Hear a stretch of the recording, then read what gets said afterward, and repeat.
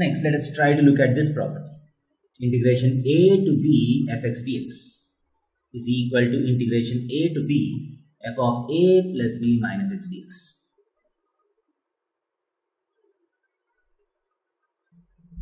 So let us start with the LHS. So integration a to b f of x dx. So let it be some number I. So let this integral be equal to I. So now let us do a substitution. Let x is equal to a plus b minus t. Let us do the substitution and let us see what happens. So let x is equal to a plus b minus t. So dx will be equal to minus dt, right? And what happens to the limits when x is equal to a? So from this, t will be equal to a plus b minus x, right? So when x is equal to a plus b minus a, t becomes b. And when x is equal to b, a plus b minus b, t becomes a. F of a plus b minus t times minus dt.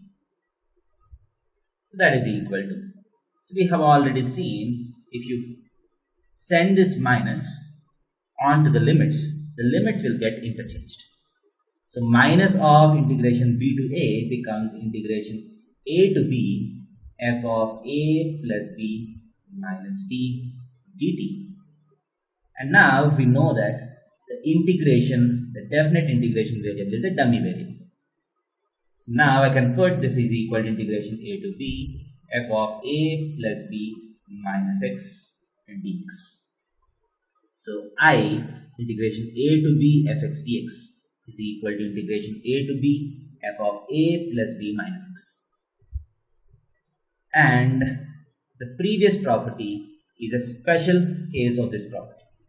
So integration, instead of a, we have 0 to a f of x dx. So if you apply this property for these limits, so this becomes integration 0 to a f of this plus this minus x. 0 plus a minus x is a minus x dx. So if you apply this property in a special case where the lower limit is 0 and the upper limit is a, you get this property. So both these properties are effectively same. This is a general property, this is a special case.